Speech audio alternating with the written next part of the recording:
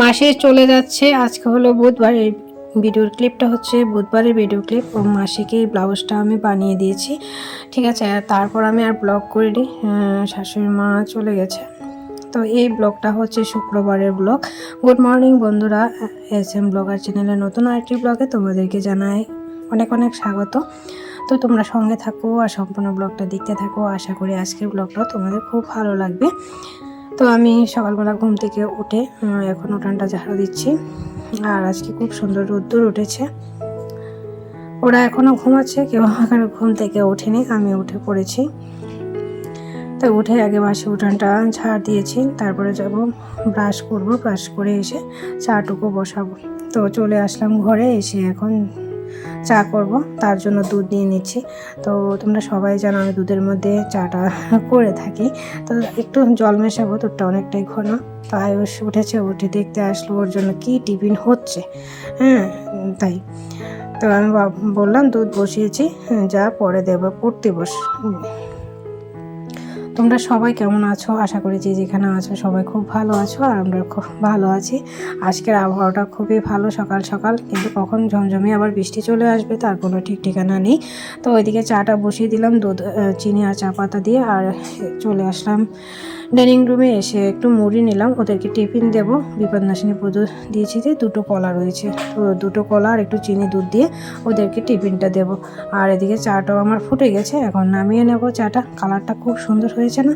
চার কালারটা একদম ঘন, পারফেক্ট একদম। এরকম এক কাপ চা খেলে না আর সারাদিন আর চা খেতে হয় না। আমি সকাল আর সন্ধ্যা দুবেলা কিন্তু 2 কাপ চা খাই সারাদিন। আর একবারও চা খাই না। যদি কেউ আমাদের বাড়িতে আসে তাহলে করা হয়, যদি একটু বেশি হয়ে যায় তারপর খেয়ে নিই। তো হাজব্যান্ডকে চাটা দিয়ে দিলাম, আর ওদেরকে টিফিনটা এখন ভাগ করে দিই। একসাথে মেখে নিয়েছি দুধ দিয়ে, দুধটা জাল করে নিয়ে তারপরে দিয়ে দিলাম। তো আয়ুষ গিয়েছে ব্রাশ করতে, ঠিক আছে, পরে এসে খাবে, তাই এখানে রেখে দিয়েছি। চাটা খেয়ে নিই। তো দেখো এখানে কচুর ফুল নিয়ে এসেছে, তো ওটা আমি কেটে নিয়েছি। এগুলো কচুর ফুল নয়, ছড়া যে হয় ওই ছড়ার ফুল।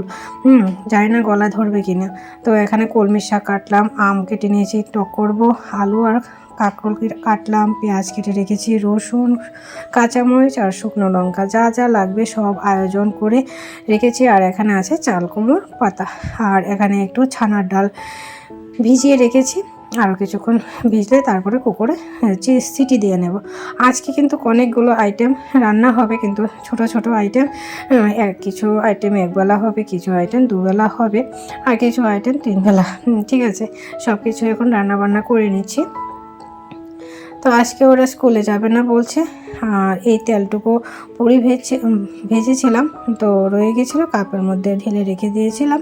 তো ওই তেলটা দিয়ে এখন রান্নাবান্নাটা করে নিচ্ছি। তো কাঁকরোল ভাজি আগে বসিয়ে দিলাম, আর এদিকে ভাত দেখো আমার প্রায় হয়ে গেছে, আর কিছুক্ষণ করে নামিয়ে নেব। তো রান্না আর ভাতটুকু হতে থাক, এদিকে আমি চলে আসলাম ঘরটা গোছাতে, ঠিক আছে। তো এই সকাল সকাল ঘুম থেকে উঠে না এই এক হাতে মানে সমস্ত কাজকর্মগুলো আমি গুছিয়ে নিই। তো দেখো সুপার কাভারটা সরিয়ে ভালো করে ঝেড়ে তারপরে আবার নতুন করে বিছিয়ে দিচ্ছি। তো একটা চিরুনির সাহায্যে এই কর্নারগুলোতে কাপড়টা আমি ঢুকিয়ে দিচ্ছি। এটা সুপার কভার, উপরে ধরনের একটা কাভার দিয়ে রাখলে যে সাদা কভারটি হয় না, ওগুলো আর মানে পিছলে চলে আসে না। আর কুশনের কভারগুলো কিন্তু ভালো থাকে, অতটা প্রেশার পড়ে না বসলে। আর এমনি তো আমাদের সোফার মধ্যে বসা হয় না, বেশিরভাগ খাটে বসে টিভি দেখে। তারপরও বাচ্চারা কখনো কখনো যখন বসে গুটিয়ে যায়, ঠিক করে দিতে হয়। তো দেখো ওই কভারটা সুন্দর করে টান টান করে গুছিয়ে এখন উপরে সাদা যে কভারটা, ওটা আমি আবার টান টান করে চিরুনির সাহায্যে ঢুকিয়ে দিচ্ছি। এতে সুবিধা হয়, সুন্দর করে ঢোকানো যায়, না হলে নখের মধ্যে লাগে, আঙ্গুলের মধ্যে লাগে। তো এখন কুশনগুলো আমি রেখে দিচ্ছি।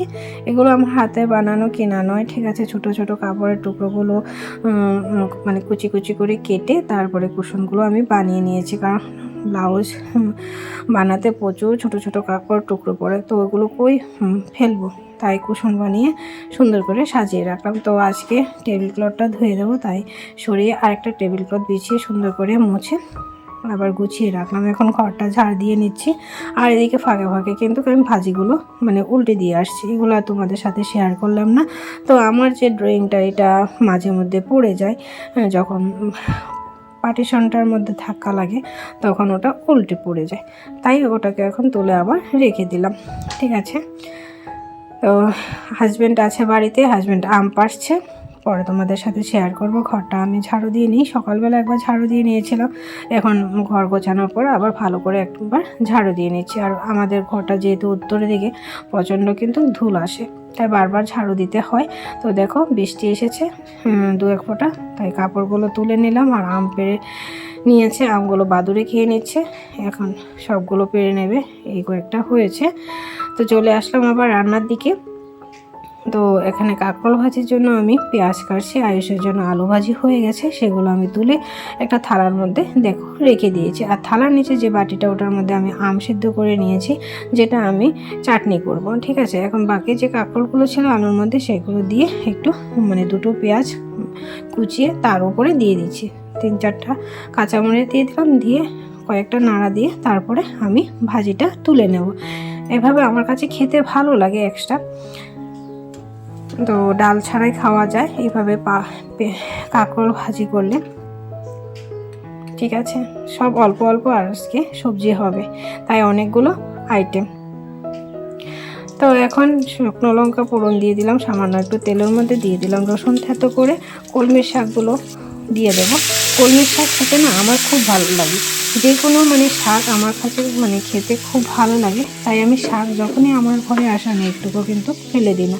তো এখানে কচুর ফুলগুলো আমি বড়া করে নিয়েছি, হাজব্যান্ড বসে গেছে খেতে, অনেকটাই পরিশ্রম করে গেছে, তার খিদে লেগে গেছে। তো একটু কলমির শাক, আলু ভাজি, আর এখানে করেছি চাল কুমড়োর পাতা দিয়ে শীতল বড়া। ঠিক আছে, আজকে সকালে শুধু ভাজি বড়া দিয়ে খাওয়া হচ্ছে দেখো।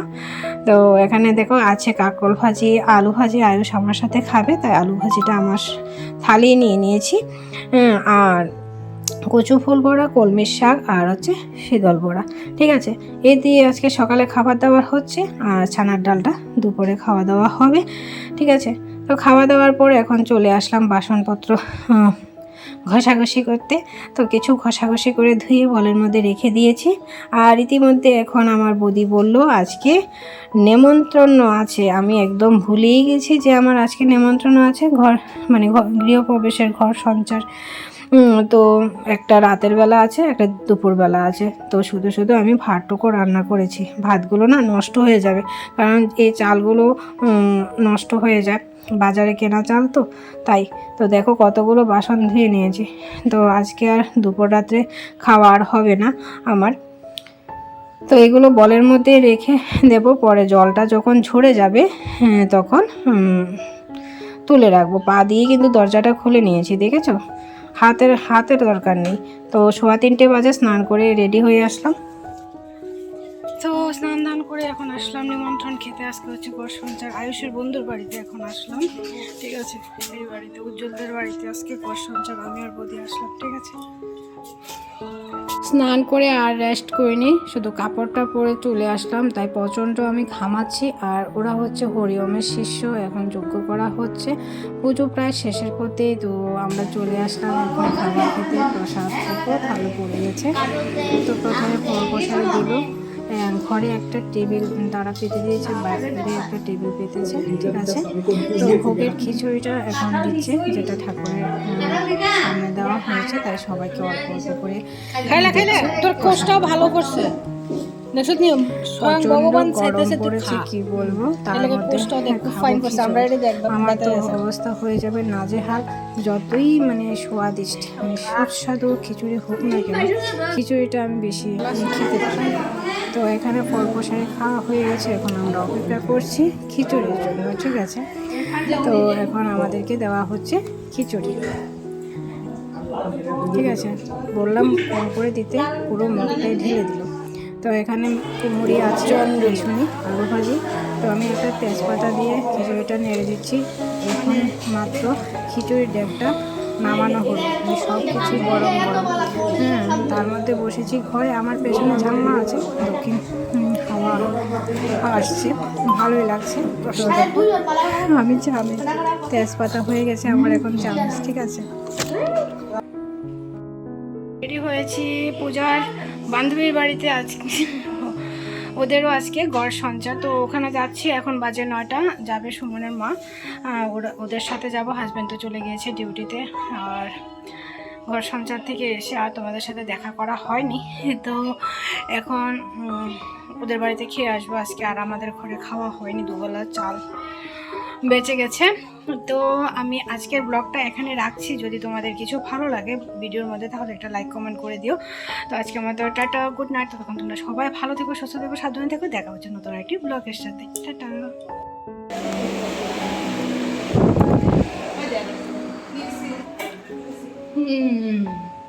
প্রসাদ আমাদের পুজোরানি নামা করো।